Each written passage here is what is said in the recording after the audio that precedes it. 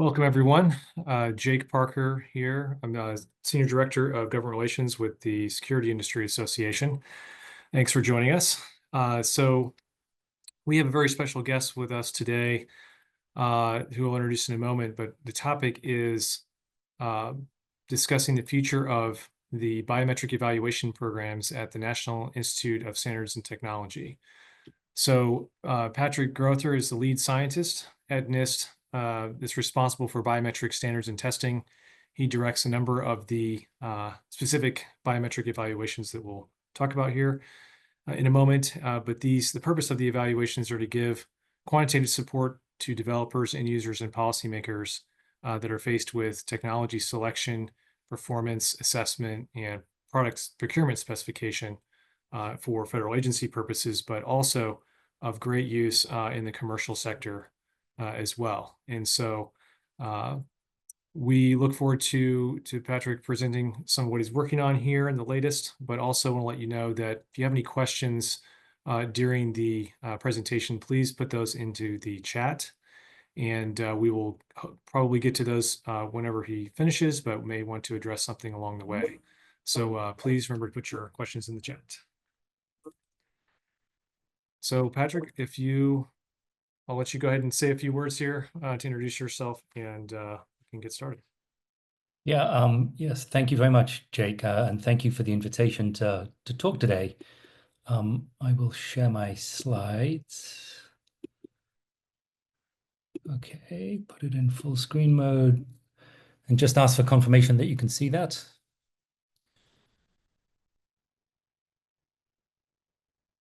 Yes, just fine. Okay, great. Okay. So yeah, my name is Patrick Grother. I'm a scientist at NIST. For those of you that don't track the smaller government agencies, NIST is a non-policy, non-regulatory branch of the Department of Commerce. What we do is measurement in physics, chemistry, some biology, and IT, and under IT falls biometrics. And so we have been running, we've been involved with biometrics for upwards of 60 years. Initially with the FBI, but that broadened substantially in the last couple of decades. We have run a set of benchmarks that have been quite influential on the evolution of the industry. And I will walk you through some of that today and where we're going. So yeah, happy to take questions if Jake stops me midstream. Otherwise, at the end, I've got 50-something slides, and maybe I'll start a clock so I know how well we're doing. All right, so let's move on. So I mentioned benchmarks for since 1999, 25 years, we ran face recognition benchmarks. And that was under a brand name, if you like, called Face Recognition Vendor Test. And today that consists of 8 benchmarks split into 2 parts. The first 4, as you can see on this slide, are to do with recognition, about who is in an image, about identity of the person in a photo. The second 4 benchmarks are about something about the image, not really about identity. So is it a good image? How old is the person in the image? Is it an attack presentation? And all of these benchmarks run essentially openly and independently, free. We don't charge, we can't charge legally. We do these things regularly. We publish results on a monthly basis. That's pretty quick. It's repeatable. We use large archived databases of photos that we're privileged to hold, which gives you a repeatable aspect to everything we do. We can do very fair comparisons. We run with compiled software libraries that are black boxes. They protect IP. They do not expose IP. And we do this globally. There's only a handful of countries that we do not engage with. The most recent addition to that list is Russia since 2022. But we used to evaluate Russian algorithms. Today, we have a very global audience, Asia, South Asia, Africa, Europe, United States, East Asia, of course. So yeah, we run these large-scale tests, tens of millions of photos. This gives us a measure of statistical robustness in many of the measurements that we make. We do this very publicly. We try to publish everything that we do so it is transparent and it's extensible. So if we come up with a new analysis or a new data set, we can plug it in and produce some new data that's hopefully useful to people. I will walk you through some of these benchmarks, pretty much most of them, in more or less detail going forward.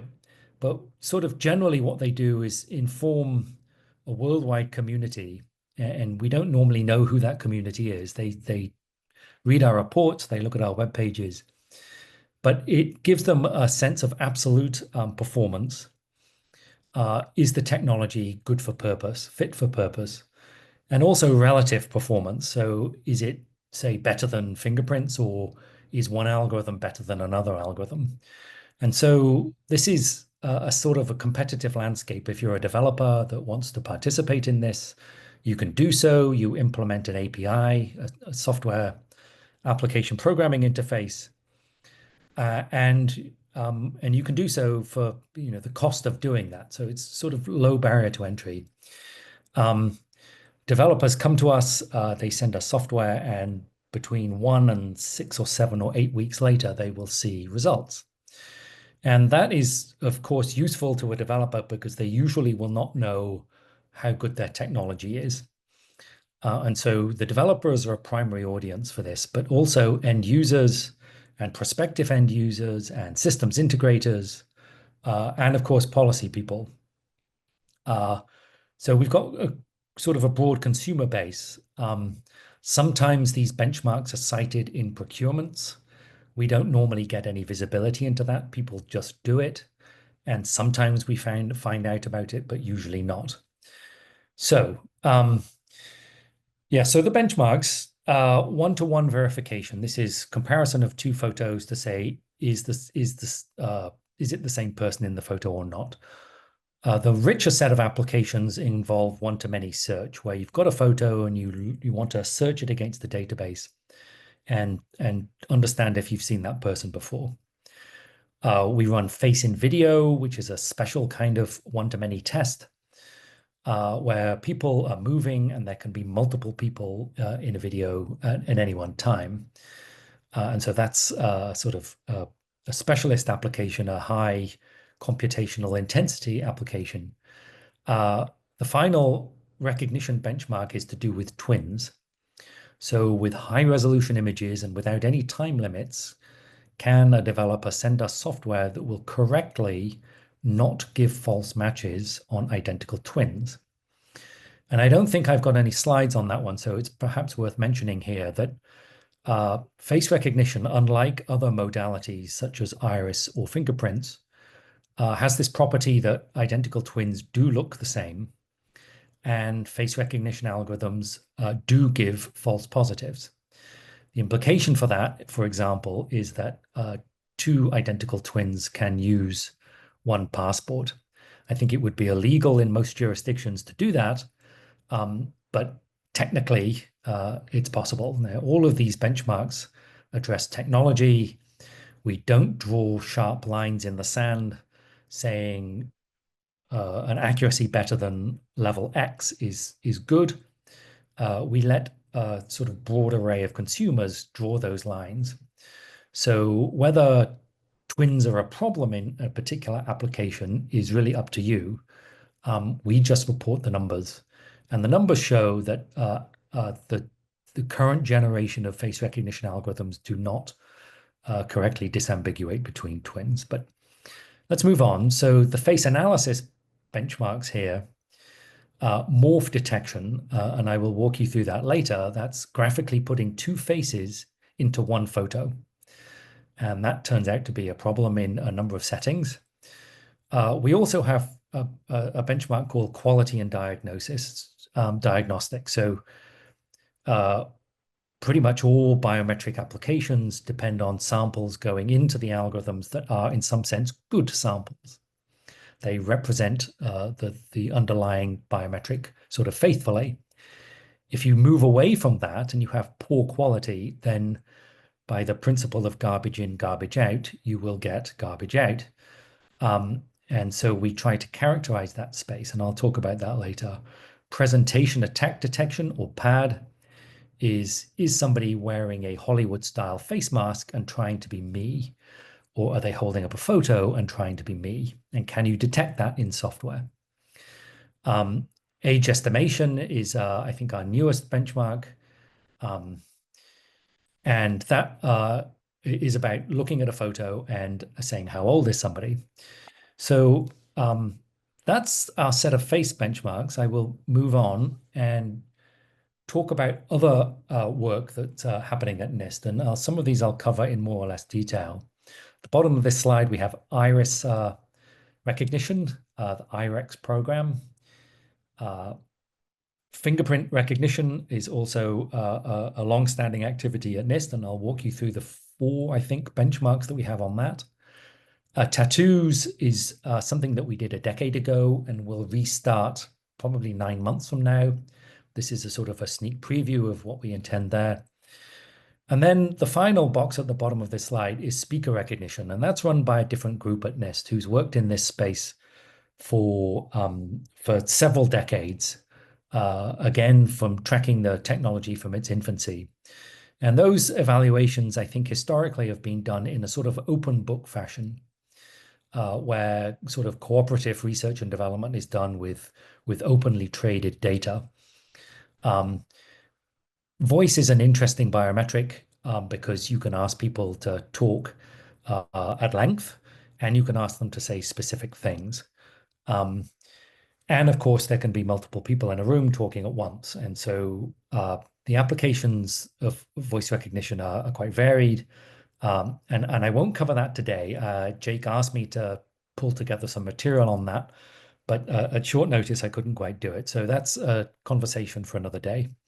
And I'm not really the person to talk about that. But yeah, so let's move on. And I'll talk about iris recognition first, just because it's something that we've been working on for about 16 years, since about 2008, when we started something called the Iris Exchange Program, which is about interoperability of iris images, which I'll get to in a second.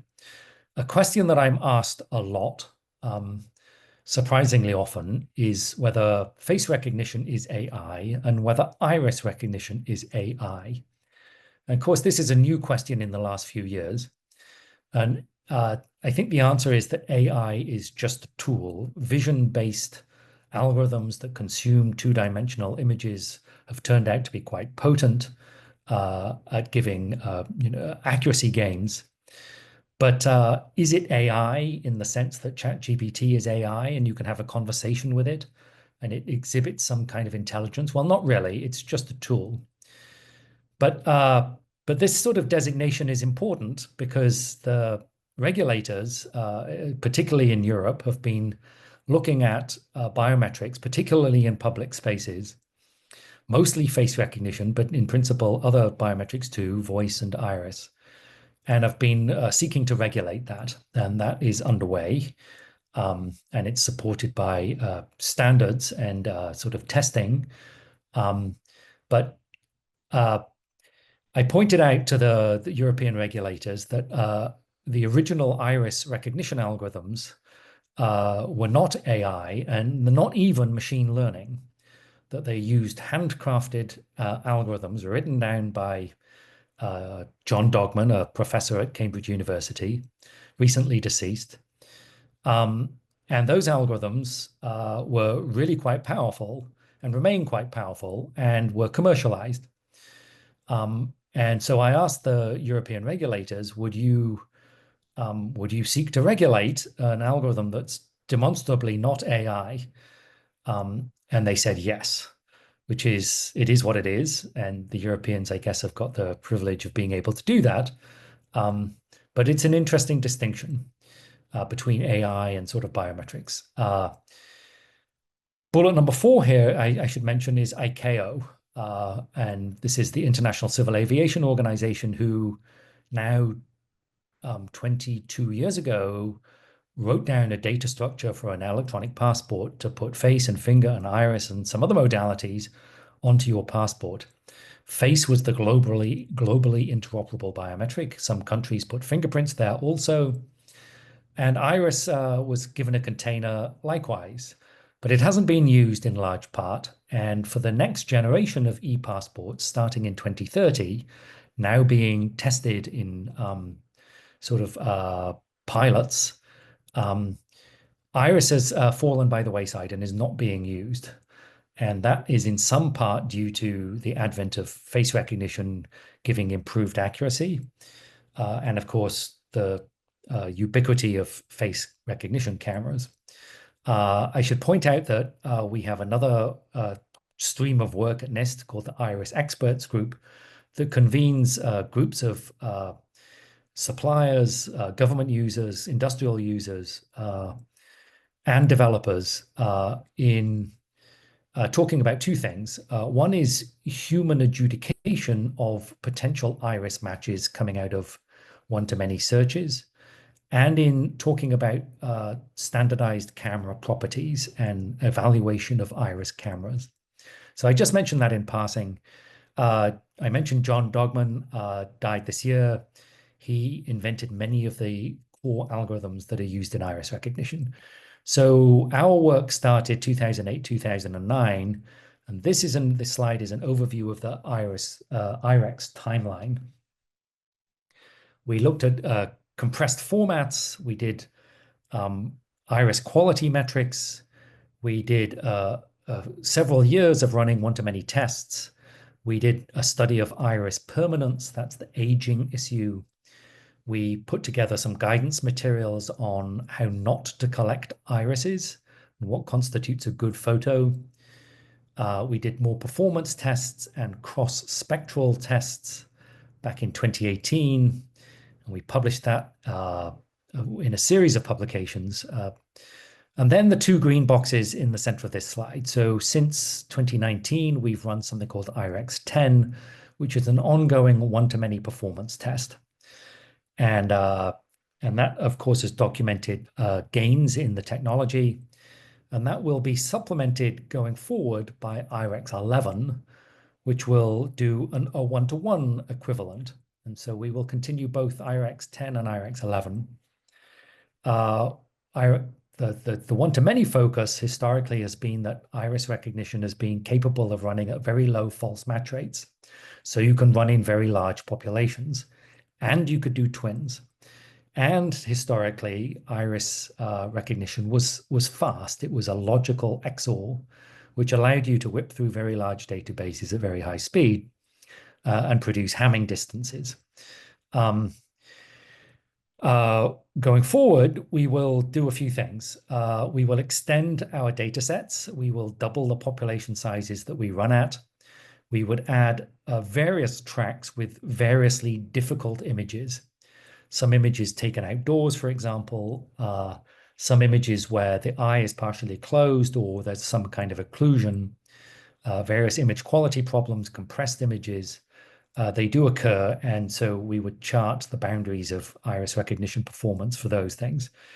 In the new IREX 11, we have an interest in running one-to-one because it would afford an opportunity for academics to participate, a low barrier to entry. It would have application in doing forensic examination of irises and operator-led comparisons. Also, it is a proper vehicle for looking at things like noise and resolution and cross-wavelength studies. And that resolution work has been conceived of as supporting reduced resolution cameras. So we would characterize the degradation due to resolution in cameras by running tests in software with blurred photos. And that would potentially allow a new generation of lower cost cameras to be used in certain applications. So that's work that's sort of pending in the background. I will move on, just point out that just as an example of our leaderboards, We publish these leaderboards vaguely monthly. We get about one algorithm per week for Iris coming in. And we publish accuracy and search speed and template creation time and template size. And there's been an evolution of the technology from being very fast to being quite slow relative to things like face recognition. But with the developers chasing accuracy at the expense of speed. And that is important in some applications, in sort of more investigational uses of iris recognition. But it's probably not what you would do if you were doing duplicate detection during national ID enrollment, as they do in India. So to that end, we will introduce a new statistic going forward, trying to combine accuracy and speed. And there are many ways to do this, but there's a sort of a formula up at the top, and it says, how accurate are you relative to some baseline, multiplied by how fast are you relative to some baseline. And you discount the speed because accuracy is probably more important. That kind of statistic is sort of intended to draw attention to the speed issue and to try and bring Iris developers back into the original promise of Iris, which was to run quickly. Okay, moving along. Fingerprint evaluations. We have been running fingerprint evaluations since shortly after 9/11. And nowadays, there are 4 of them run by colleagues of mine. The first one on this slide is about minutia exchange. So this is one-to-one comparison, same finger or not, useful for things like personal authentication in government space, in UID authentication in India, travel workers identification cards. And that is notable because the templates are standardized. The representation of the fingerprint is minutia-only templates, which were originally standardized as long ago as 1986, and give you a core, small, compact, interoperable biometric. Contrast that with the bottom of this slide, which is a full vendor-defined proprietary representation of a fingerprint, again doing one-to-one comparison, but also including things like flat plane impression to rolled fingerprint. And so both of these are open benchmarks that run on a regular basis. More details if you'd like after this presentation. Moving on to a very important benchmark, and this is something that we started, I think, more than a decade ago. And this is latent fingerprints, known more, I think, formally as marks. And they can be of arbitrarily bad quality. They are being lifted off surfaces, typically at crime scenes, but other places also. And as you can see, in various states of poor quality, the algorithms that process these have to handle scale and rotation and cropping and, of course, noise. And the algorithms can be quite heavyweight in terms of computational complexity. So we are running Open Benchmark now with a gallery size of 2 million and searching various latent prints against those galleries. And that turns out to be a competitive landscape that's important to streamlining those flows in organizations that are searching a lot of fingerprints against, say, a latent gallery, reverse latent search. I'll move on and talk about a newish track, which is to restart something again, which we did a decade ago and beyond, looking at one-to-many with palm prints and with traditional fingerprints. Rolled prints and flat prints with galleries up to size 20 million. And of course, fingerprints with 10 fingerprints present in a gallery can be used at much larger sizes, but we're constrained in sort of how much we can do given hardware available and data sets that are available. Right, so that's ongoing. I will move on now to tattoo. I mentioned that this is work that will start, I think, mid-2025. It will restart work that we did, or again, about a decade ago, or a bit less than a decade ago. And so we did 3 activities then. an open book challenge called TAT-C on public data to try and assess the presence of technology out there in academia and in commercial spaces. We then did a best practice document on collection, photography of tattoos. We then moved into an evaluation. So this is a closed book sequestered set of tattoos running various processes, trying to understand can a one-to-many search of a tattoo actually succeed. Now, since that has happened, we ceased work. Tattoos turned out to be a little bit controversial as a biometric. And so we suspended operations, but we'll restart them. And with an evaluation in mid-2025 that again thinks of a tattoo as a one-to-many biometric, again looks for detection of maybe low resolution or low contrast, low size or large size tattoos. And of course, we expect that the technology will benefit from now a decade of work with neural networks, particularly convolutional neural networks and transformers, that will afford accuracy gains over the technology a decade ago. There's not much present on the web, but we will be putting up web pages and talking about this more into 2025. Okay. So I thought I'd put a couple of slides in about what we're not doing. We've thought about doing other evaluations that we think are feasible, but we don't actually have any plans for doing these yet. And so the coffee cup logo indicates that this is vaporware so far, but it could be realized given interest from our government partners and appropriate funding levels. Let me add to that and say in the middle of this slide, these dark green boxes, there's been a number of schemes over the years, almost since the inception of biometrics, in fact, to think about template protection. So typically a biometric template can be reversed and you can recover some kind of image from a biometric template that would reveal a sort of human interpretable likeness of the individual. That's true for fingerprints and iris and face recognition. So the template protection schemes add a number of mathematical techniques to afford irreversibility and unlinkability and diversity. So you can reissue a biometric. So you can be enrolled in two different organizations. And if those databases were compromised, they wouldn't be able to relate your presence in those two databases, which is, of course, attractive from a privacy perspective.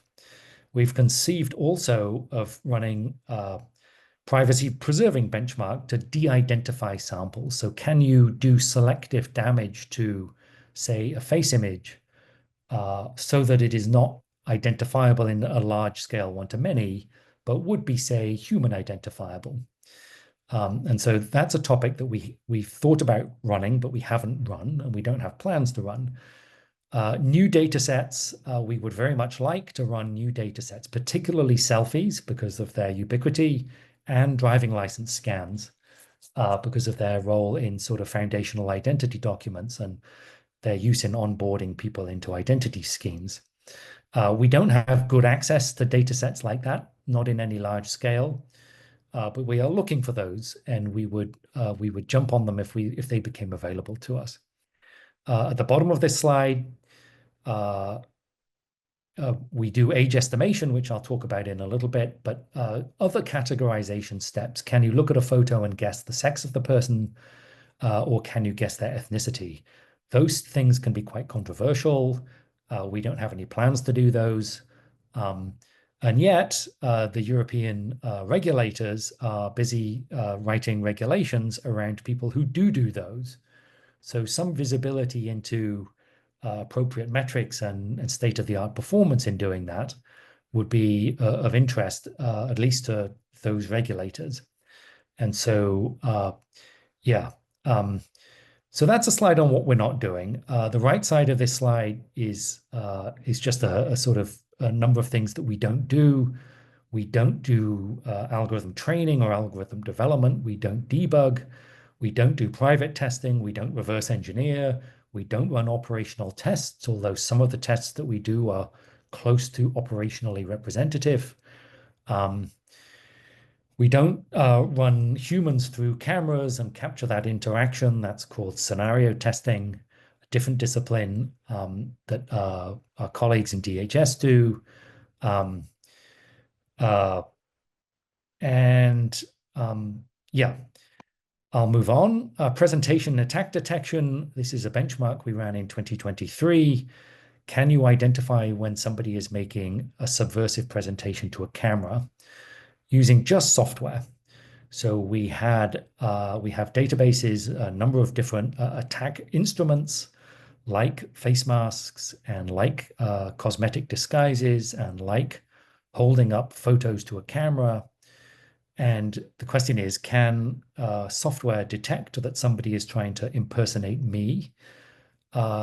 Or can software detect that somebody is trying not to be themselves to evade a one-to-many detection of their duplicate enrollment? We did that. We would like to do it again. We have that on hold pending delivery of more data to NIST, and we're always looking for more databases that we can use that are appropriate for particular sort of industrially relevant and commercially relevant questions that we would like to address. Okay, so back to the overview slide, and the bottom of this, age estimation. So this is a new benchmark that we've been running. I borrowed a graphic here from the Future of Privacy Forum to talk about the full landscape of age assurance. And our involvement here is to just do that part of the problem where you want to look at a photo and say how old the person is. And that supports physical world applications like alcohol sales or cigarette sales, but also virtual world applications like chat rooms, like teenage chat rooms, and keeping very young people out of those and keeping very old people out of those. There are a number of other applications. So we ran a sort of application agnostic benchmark called AEV, and we started that about a year ago. And at its core, it defined 3 functions, one of which is the most interesting one. That's the first one on this slide. Can you look at a photo and give an estimate of age? So look at a photo of me and say that I'm 36.4 years old. A second function, the second blue box here, is to say, can you say for sure that somebody is over the age of 25 or some other challenge age? And can you, say, build a dedicated neural network to answering that question? A third question would be, given a prior photo of known age, can you do better? And that is a less commercially relevant application, but we wanted to find out whether the technology is better if you do that. And then finally, a potential new addition to the API would be to come up with a confidence value. So if you ask the question, am I over the age of 21? Then the answer would come back as, say, 97% confident that I'm over the age of 21. And that confidence value may have commercial relevance in some applications. So we are looking to sort of renovate our API, even though it's only a year old, to sort of support what is quite a burgeoning, I think, industry and application space, because regulators are considering this, particularly in Europe, but also in the United States, with bits of legislation pending on the Hill that might make use of this technology.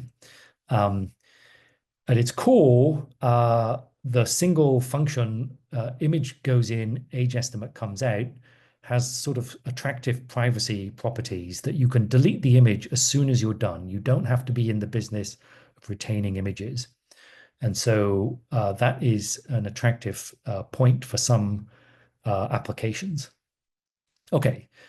And of course, we defined metrics when we did this, and this is sort of metrics that are appropriate for child online safety. And this is an evolving um, report for us. We've been asked to do particular things by various people. And so one of them is a chat room age 13 to 16. Can we keep old people out and not admit them so that they would be false positives if we did admit them? And then there are false negatives where people are within that age group are classified as being outside, and they can be classified as being too old or too young. And different stakeholders have got different interest in those error rates, and we are evolving our reporting of those as we continue to evaluate algorithms that have been submitted. We pushed out a report on this one last Friday. Another algorithm appeared on Monday of this week. So we will do our normal cadence of producing approximately monthly reports. Yeah, and we will, I think, trying to arrange a briefing for a regulator in Europe in December, which I am happy to do in other forms as well. So, as ever, when you point an AI-based algorithm at a data set, you have to think about demographics. And the way we look at demographics is not to just consider skin tone, which is just one characteristic of a face, but to look at across broad communities. So we have two sexes, 6 regions of birth. So you can see those: West Africa, Southeast Asia, South Asia, Eastern Europe, East Asia, East Africa. And what you would like is that all of these age estimation averages would be have the same value, and that would be a sort of demographic uh, uh, insensitivity to demographics, which would be a good thing. The best value on this slide is 1.8 years. That is the average absolute age estimation error. But as you can see, different developers excel in different demographic groups. And so this is a work in progress. This benchmark is a facility that's open to, again, a worldwide audience of developers to come to us and to suggest metrics if they want, and to submit algorithms and drive the technology forward. We were quite successful in doing that for face recognition over a long period of time. For age estimation, we did it a decade ago, and we charted gains over that time. So on a fixed database, the age estimation, best age estimation error a decade ago was 4.2 years on this one database. Now it's 2.7 years. So gains in the technology, those age estimation errors will never go to zero, but there are potentials for improvement on the demographic side, but also on this issue of image quality or image variance. So what you see on this slide is 60 seconds, I think, of me talking, putting on glasses, moving my head slightly, 30 frames a second video, age estimation run on every separate frame, all within a 1 minute period. The ground truth age, when I took this video, is the blue line, 58 years old. And you can see age estimation error bouncing around, and it's very much algorithm dependent. And it's due to what the face recognition industry used to call nuisance factors: pose, illumination, expression, occlusion. And what you would like industry to be able to do is to see through those nuisance factors and give you a consistent age estimation error. So this is one video clip of me. We will shortly introduce results for hundreds of video clips to quantify noise. And so this noise, this variance, is quite apart from the absolute error in the age estimate. But this is something that we think is going to be valuable going forward. So a summary I think I covered. Let's move on in the interests of time. We'll talk about one-to-one verification. So this is the elemental function of a biometric system. You look at two samples and you say, is it the same person or not? And if we chart for one particular developer, I could show this chart for any developer, but this one is for a company based in Colorado. And what you can see since 2017, so now a 7 or 8 year period, um, over 5 fixed data sets, how have error rates come down? So these are the rates at which two samples cannot be matched together when they should be. And the error rates have come down from as high as 28%, 2 orders of magnitude down to 2%, and now 0.2%. That's 2 orders of magnitude pickup in performance. How did that happen? It happened because the algorithms being developed were increasingly tolerant of noisy, poor quality photos, to the point that nowadays only 0.2% of photos or thereabouts are problematic on this particular standard face accuracy benchmark. Some data sets are a bit more difficult than others, but substantial gains have occurred, and maybe these will continue. Now, you can argue that this is like a Moore's law in reference to chip speed increases for face recognition, where error rates come down by a sort of fixed multiplier every, say, 18 months or every year. I will sort of describe to you why that's not really the right description of what's going on in this graph in just a minute. But the implications of this is that technology refresh has to happen. And to do that, you may need sort of agile procurement or contractual flexibility, but gains can be realized by updating the technology, and we expect this to continue going forward. We will continue to produce these benchmarks and extend these benchmarks going forward.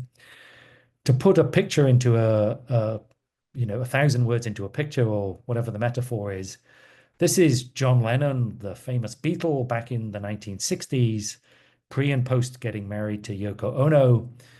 And a decade ago, these photos wouldn't be matched, even by the best algorithms in the field. Today, the best algorithms in the field will slice through this, and they will confirm that, yes, this is John Lennon with a strong match. And many, many algorithms do this. I just named these just as sort of familiar household names. So John Lennon's appearance changed substantially, and yet the algorithms see right through that, and they'll give you a strong confirmation that this is John Lennon. If you do this in a one-to-many mode, then you enroll me in a gallery with that top left photo with 12 million other portrait photos, and then you search me with all the photos at the bottom of the slide with 10 different algorithms. All of them will give high scoring rank 1 matches with all of the photos that you see at the bottom of the slide there.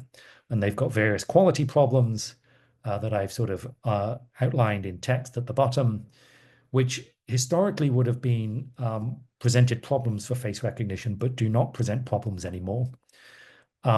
These are even more worse quality, and while the scores are now reducing, they still give high scoring mated scores at rank 1 from all 10 recognition algorithms, despite, say, 90 degrees of yaw in that second to right image, and a very high pitch angle in the rightmost image. So in fact, it's quite difficult to find images that don't match nowadays. And so the image on the left there is a rank 1 hit, but a weak hit, a low scoring hit that would be not necessarily above other images clearly, and so would be subject to sort of human review and human investigation to confirm the identity. The right-hand image, actually taken last year, 20 years after the enrollment, was only hit by one algorithm, and that was a rank 15, so very low score.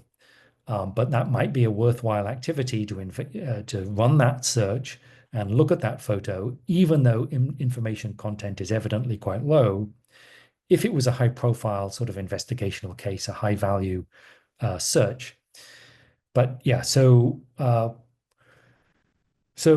I showed you a graph just like this a few minutes ago. This is for one-to-many, a different company. Error rates again coming down by 2 orders of magnitude from, say, 30% down through 3%, down to 0.3, 0.2% for the Encode developer company, I think based in California. And these gains are not really a Moore's law for biometrics. What they are more is a recognition that these databases that we've been running, and there are 5 of them on this slide, mugshots and profile view mugshots and poor quality webcams and border photos and kiosk photos like an ATM teller machine kiosk. Those photos, the errors in those photos in those databases are being exhausted. So we're getting to the point, at least with the better quality databases, where the algorithms will now recognize pretty much everything in those databases. And so we're coming to a point of database exhaustion. So the way to look at that is to say that face recognition will work 100% of the time if you're capturing photos within a performance envelope. And this is in large part a quality envelope, but also an aging envelope, as I'll show you in just a second. So if any of the standard imaging or image quality problems become too extreme, then you would go to the edge of the envelope, at which point you would think face recognition performance would tend to degrade quite quickly. So as we saw with resolution and blur, but also with occlusion and very extreme pose values, and of course, a very poor illumination, then you will see recognition failure. Now, the trick is to characterize this capture envelope. And we've started work on doing that, and we'll continue to work on this and extend the different dimensions of this envelope. We're starting with blur, and we will characterize algorithm performance under high blur. And this will hopefully produce a generation of tools that would allow somebody to look at a photo and understand that the photo is of quite low value. And there are other use cases for having such tools, but we'd like to characterize this envelope better. And these aren't the only dimensions for this envelope. There are others, an aging, which is not a quality problem, but is a change in appearance of the face. I will get to in just a second. We have quality tracks that continue, and there's 2 quality tracks essentially. They're sort of merged into one API nowadays. But what we try to do is to look at a photo and say, do you think this will be a false negative if we were to compare it in a mated search or a mated comparison? The second track is to say, rather than will it fail, why would it fail? What is specifically wrong with the photo? Blur, occlusion, head orientation, these kinds of things, and to put numbers on that. And so we've got an open benchmark where we have software that tries to diagnose an image and say what's wrong with it. We will, going forward, try to extend those benchmarks with more and more varied images that are of degraded quality for the purposes of detecting them. Now, given face recognition algorithms now will tolerate even quite sort of mediocre quality photos, then why do we still need quality assessment? Why do we still aspire to gold standard ISO, ICAO portrait style photos? And the various use cases indicate why we should do that. One is to maintain sort of quality overall by ensuring you're sort of existing at the center of the capture envelope, but also to support human review. So in many applications of face recognition, a questionable match will end up in the hands of a human examiner, and they will be faced with determining whether those 2 photos on the left side of this are of the same person or not. And I don't actually know the answer to that. Also, if you would like to adjudicate twins with a human, you will also have that problem. And I think many twins can be disambiguated by high-resolution photos of twins by a human examiner. Finally, on the right side of this slide, 2 other classes of application where you would like to do forensic inspection of photos are morphs and on presentation attack.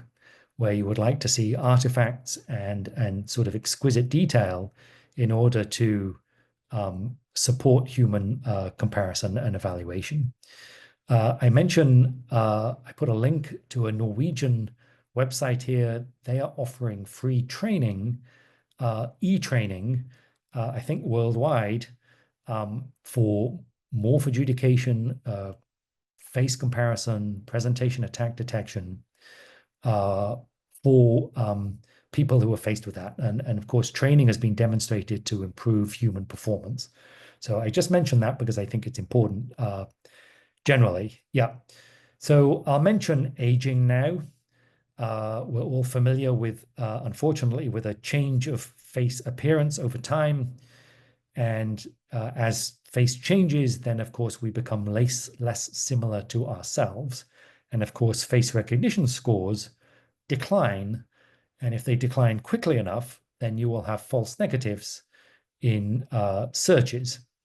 And moreover, aging is not at a fixed rate phenomenon. If you're aging in your teenage years, then you age more quickly than you do in your adult years. And so studies of aging need to also think about age at the time of enrollment. So we produce data on this, and we take it out to I think about 15 years or 16 years in our data sets before we run out of statistically significant data. Going forward, we are about to supplement our data sets, which will take us out to maybe 25 years here. So supporting those applications where re-enrollment is not possible. But what you see on this slide is age at time of enrollment on the vertical axis. And then for two demographic groups, men and women, what is the failure rate in a one-to-many search for a probe taken 10 years later?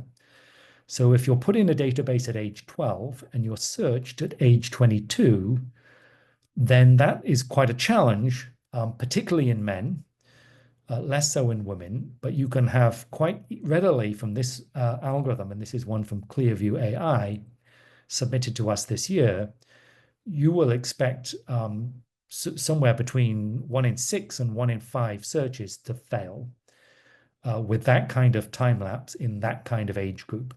In later stages of life, error rates come down quite substantially as the face stabilizes. This turns out to be quite a tough benchmark, and we have two benchmarks using two kinds of images that we put on our leaderboard, and they are sort of magnified. We use border images above 10 years and mugshots above 12 years, and we will extend those out, I think, out to 20 years plus going forward. But there's quite a diversity of performance across the industry. And so this is not an easy problem for the technology developers to address. In many applications, of course, it can be solved by re-enrollment. That's why we have passports issued at 10 years. But when recapture is not possible in things like criminal justice or say asylum claims, then long time lapse can be possible. And you need algorithms in place to be able to address this. As an aside, I mentioned a couple of things going forward that we're looking at that we hope to report on. We have reports in various stages of preparation on some topics. I'll talk about traceability in just a second, demographics in one-to-many searches, what happens if you have a competitive morph detector, what might you do when you go to deploy that? I'll also talk about risk management dedicated to face recognition. We have a number of topics that I won't talk about in this presentation, but one-to-many on siblings. We are particularly interested in whether brother and sister or parent-child give false positives. Anecdotally, that's true, but I think we'd like to characterize that better. We know that twins give false positives, but siblings is something that we think we can get at and produce data on. We are in the middle of an effort to produce what I call cheat sheets, which are guidance on interpreting NIST reports. NIST reports tend to run quite technical, and so we would like to aid people in interpreting and understanding charts and graphs and tables and conclusions by producing sort of easier to digest cheat sheets. And also, of course, we're doing routine updates to our reports. So let me move on to this topic of traceability. So it comes up as a question quite often to us.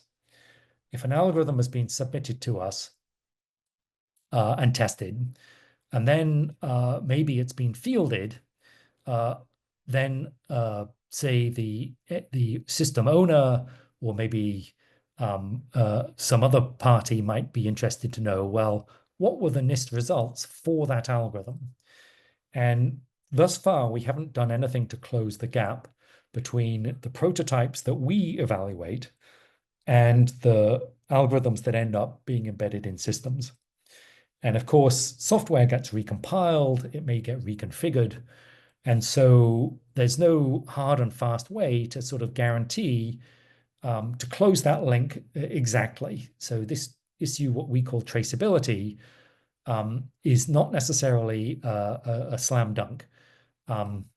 We would like to do this for more than just recognition algorithms, but age estimation algorithms, quality assessment algorithms, presentation attack detection algorithms.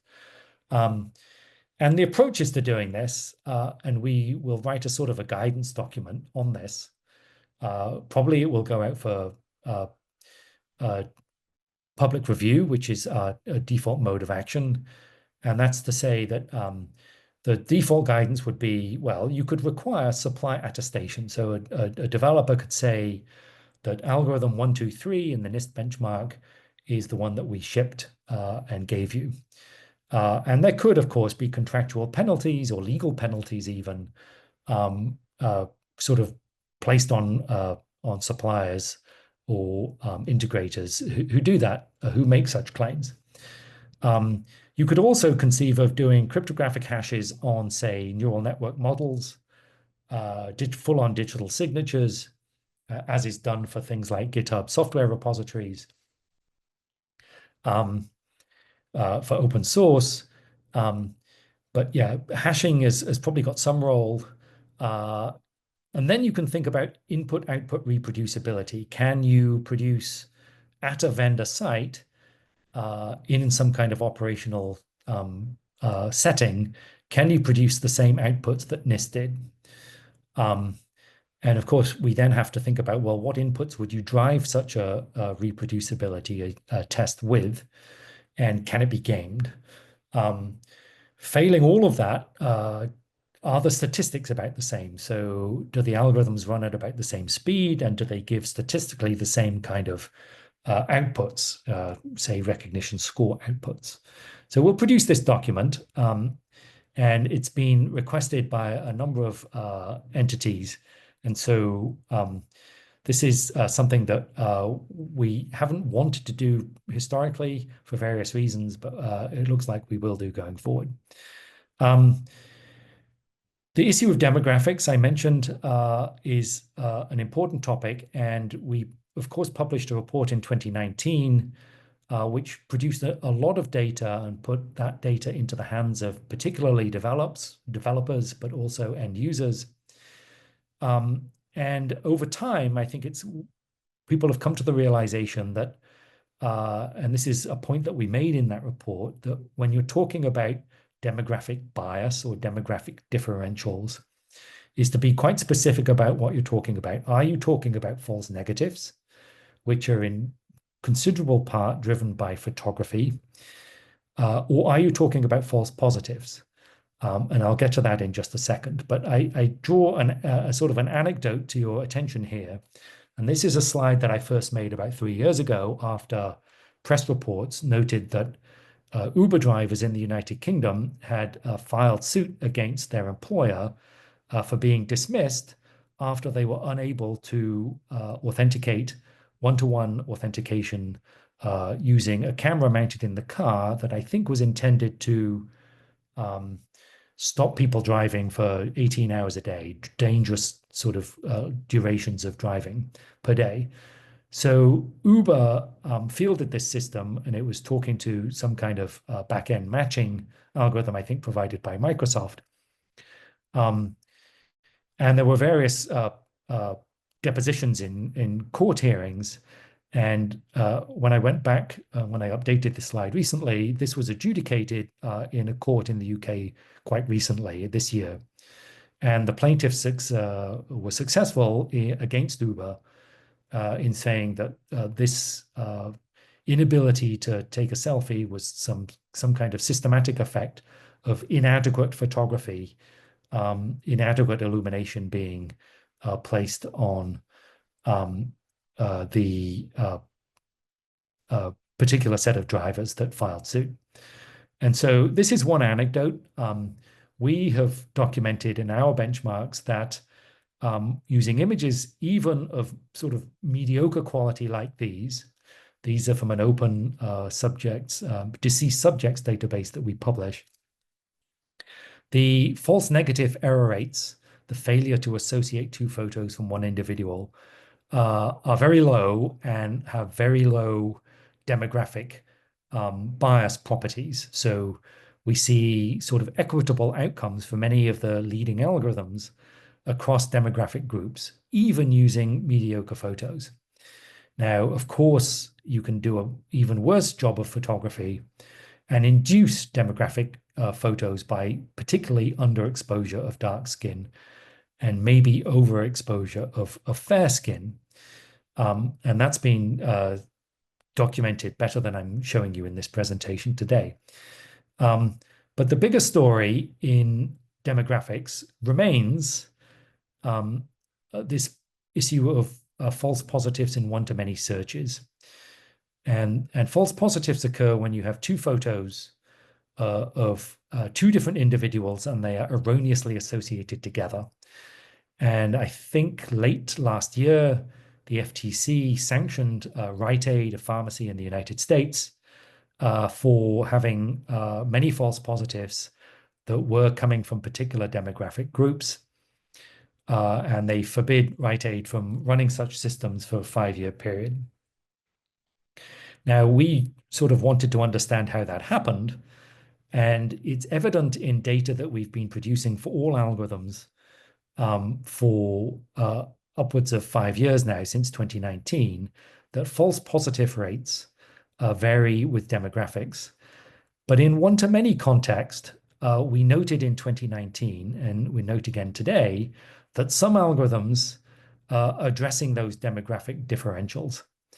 And so what we expect to introduce is an extension to our leaderboard, giving summary statistics on demographic differentials in one-to-many searches. And that's not something that we've been reporting since 2019. In 2019, we reported that some algorithms successfully address demographic differentials, and that's still true today. But many algorithms do not. And some developers have worked on this, other developers have not. And so we think this is valuable to get out front of this and to be able to sort of inform algorithm selection on a quantitative basis to support those applications where you've got large volumes of people appearing before cameras where somebody is not enrolled. So the casino application, the soccer stadium application, the Madison Square Garden application, sort of. Most people are not in the gallery, and there is opportunities for false positives. And fielding the right algorithm equipped with the right threshold is the right thing to do. I just note that we'd also like to support what I think is a forward-looking sort of application, and this is based on the emerging trends with digital travel credentials. So if a passport can be abstracted onto a phone, the data element can be securely placed on a phone and maybe provided to an airline, say a check-in, then the airline could, given the correct legal and privacy permissions, provision those face images into a cloud to afford paperless travel. And of course, this is being conducted in the United States today, not based on digital travel credentials from passports, but based on central databases. And quite successfully, those applications are running on populations of hundreds or tens of thousands, depending on whether it's aircraft boarding or various other touch points. So we produced a report on this in 2022, looking at the biometric exit problem, immigration exit recording, using photos from the kinds of cameras placed in the center of this slide. And we want to ensure that you don't get false positives, which would lead to sort of identity management errors in things like biometric exit. And that is possible, of course, in international travel, where explicitly you have different demographic groups that are flying to far off destinations. So face in video is a very large benchmark that we're running now. A few comments on that. Video, of course, is interesting because you can have multiple people in a scene all at once, some of whom may be in the gallery, many of whom will not be in the gallery. The people will be moving, they may be occluding each other and walking in front of each other and past each other at different speeds with, in many cases, quite low resolution and making nothing like a cooperative presentation to the camera. So we ran a benchmark like this 2015, 2016. We restarted that in 2024. We've given feedback to developers on a phase 1 set of algorithms and a phase 2 set of algorithms, and we expect to report on this in Q1 2025, using the kinds of data sets that you see here, different data sets for different sort of use cases, but these are people on the move, and I think people on the move in travel settings is a good thing to do.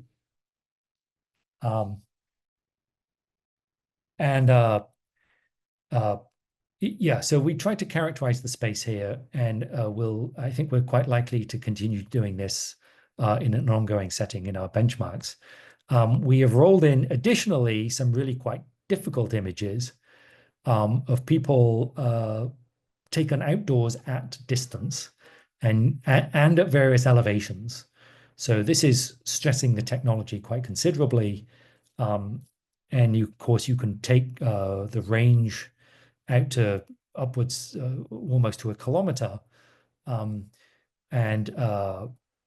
of course, eventually you expect face recognition to fail.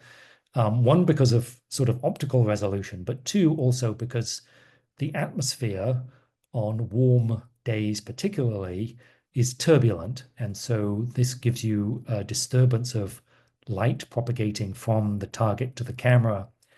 And that has been a subject of a lot of research recently to try and improve accuracy. So we have been conducting sort of evaluations to try and find out whether what is the size of the capture envelope sort of that governs outdoor uncooperative at-range collection. We're doing some work on risk also, and that is in part due to a recommendation from the National Academy of Science in their report published earlier this year, in which they advocated for a face recognition equivalent of the framework that NIST did for AI, an AI risk management framework. So we've been thinking about that and have drafted a document at some point that will go into the public domain for public comment. But it considers, so it considers risk in a sort of a full spectrum kind of way. It has to address the definitional issues. Some ISO standards conceive of risk as being just negative, like safety risk, but also some documents conceive of risk as being positive, a positive deviation from the objectives. So this is a definitional aspect that needs to be considered. Um, and and so and then of course you can think about terminology: risk management, risk assessment, risk tolerance, risk aversion, and all of these words are sort of meaningful. But what we'd like to do is think about risk sort of holistically, and think about risks to owners and system operators and developers and suppliers and integrators, and also to end users, to think about impacts of risk and whether risks scale, and do so in many different applications, including just enrollment, before you even get to any recognition phase, potentially in cooperative applications or non-cooperative applications or actively uncooperative applications. We'd like to think about full life cycle risk. So during training on planning or testing, pre-deployment, post-deployment, monitoring, operational testing, and of course, all components, including the camera and the environment, are influential on various risks. So yeah, so this is a document that's under preparation. I move on to morph detection now, jumping around a little bit. And so we started this. We all know what a morph is, and morphs are easy to detect when we know the individuals involved, but they're very hard to detect if you don't know that the individuals, which individuals are involved. And so the problem is that face recognition engines will give quite high scores above recognition thresholds for both individuals should they use a passport using that includes such a morph. So again, you can have a passport that's usable by two different people, and that is unwelcome in border crossing settings, but also in passport issuance settings in the first place. We've had a benchmark running on this topic for, I think, 4 or 5 years now. And we look at 2 cases. One is when you've got a single photo and you want to know, is it a morph? And the algorithms that do that are looking for things like artifacts from the graphical combination process used. But there's a more powerful way of detecting morphs, and this is built on face recognition technology. And it comes from the understanding that if you morph my face with somebody else's face, then the result is no longer that similar to me. It's similar enough to beat a typical face recognition engine, but there is a curious decline in facial similarity. And therein lies an opportunity in what's called differential morph detection. We've tracked the evolution of this technology, and we think it's somewhere close to what you would call a behind-the-scenes pilot, where algorithms could be configured with a low false accusation rate. This is the rate at which you would call a legitimate photo a morph incorrectly. And if you can do that only rarely, then the trade-off would be that maybe you can detect a useful number of morphs and do so in a reliable fashion. Now, that's an open question whether that technology is viable operationally, but the test data that we've seen in technology tests sort of says it is. Recent conversations indicate an interest in doing some kind of trial.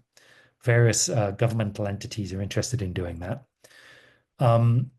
So at the same time, we think we've learned enough and talked to enough people that we would write a document on what you would do if you had a morph detector running in operations, and how would you investigate a potential alert should that morph detector fire. And so how would you deploy an algorithm? How would you configure it? How would you select it in the first place? What would be the human investigative process that you would do?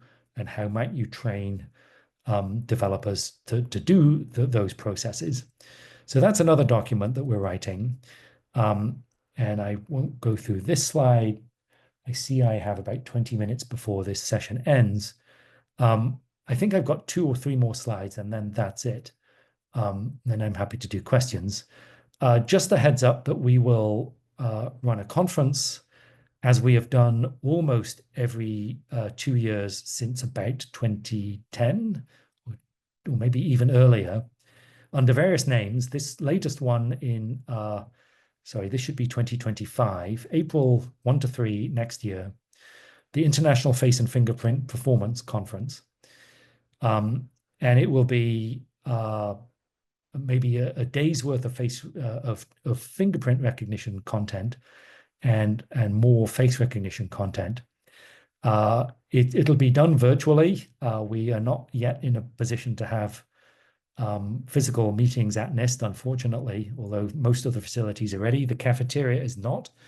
And so we'll do it virtually. That means registration is open and free. And a number of the topics that I've touched on today and many others will be discussed at that. So I just draw that to your attention.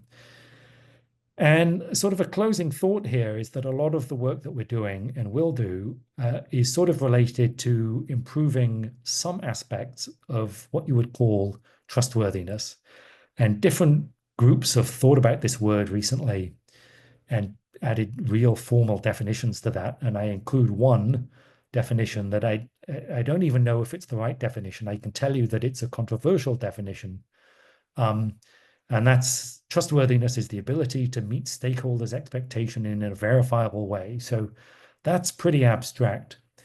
But if you look at the characteristics of trustworthiness, then you can map some of the activities that we do onto sort of quantifying various aspects of it. So certainly accuracy, maybe availability, controllability, reliability, maybe robustness, some aspects of security, transparency, maybe. So this is something that we're doing. A lot of our benchmarks, because they are running in a sort of a perpetual fashion, and as I said, they're extensible, we can roll in new data sets, new analyses, new visualizations, whole new directions. And so we are always open to having suggestions or potential for collaboration on any aspect of this. So do feel free to send an email. My email address is on this last slide here. We have a team of 7 currently running these sets of benchmarks. We have some hardware support from some other folks, but these are the people that are in day-to-day quantitative engagement with these problems that I've outlined today. I think that's a link to one of our face recognition web pages in that 2D barcode there. But that was a jumping off point for you to go and look at all of this.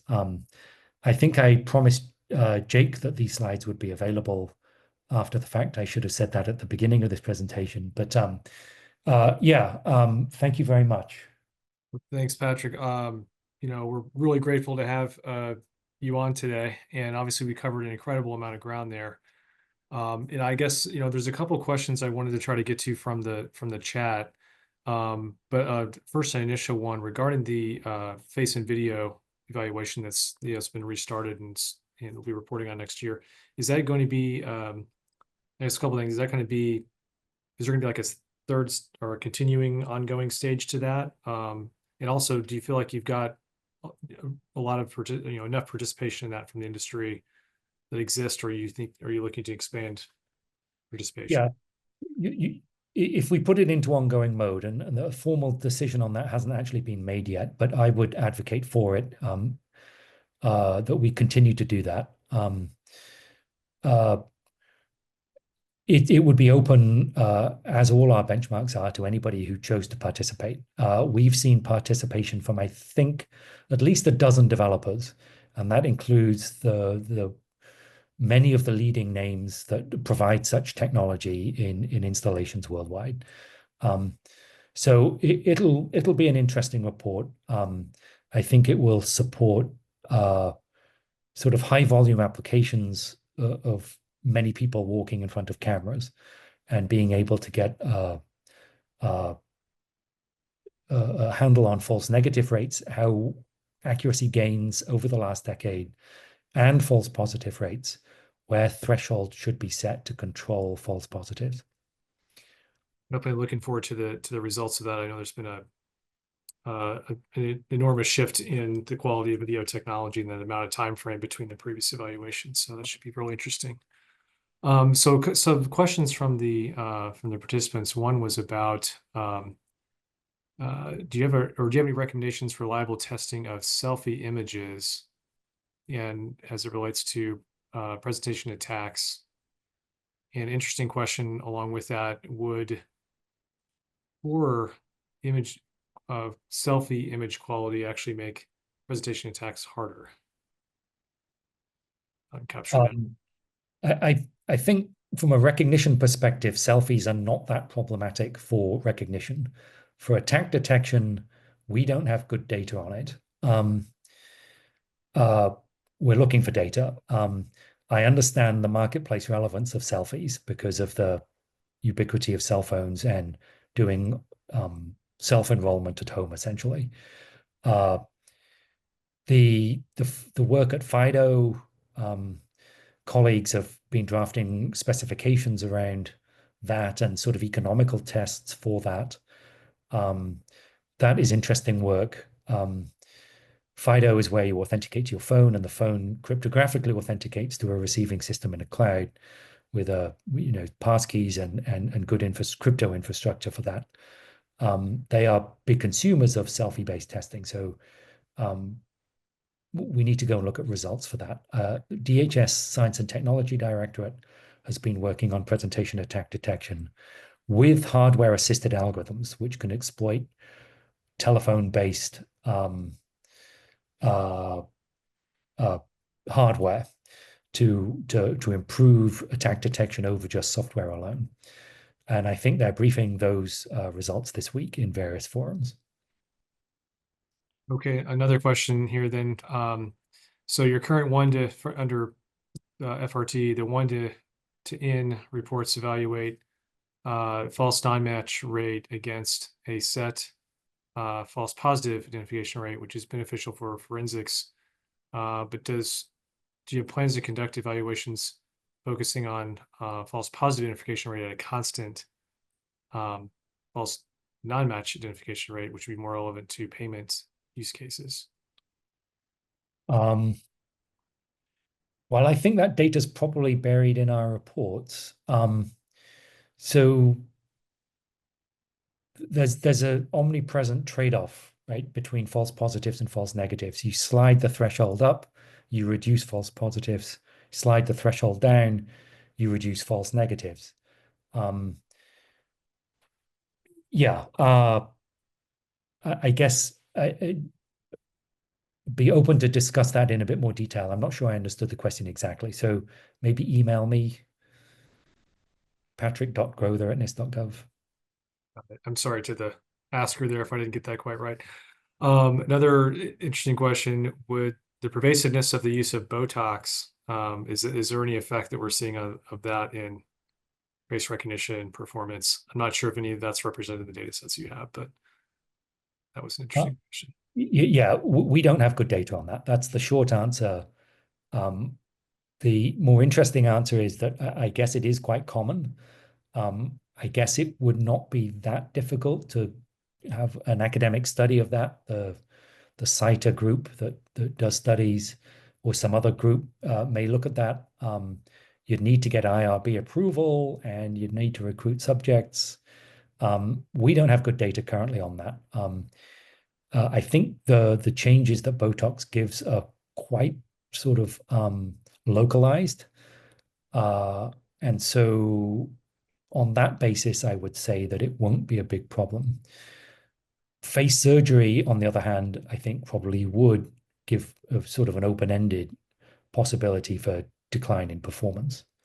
And certainly anecdotally, passport agencies worldwide have reported that from countries that are where that is popular. Got it.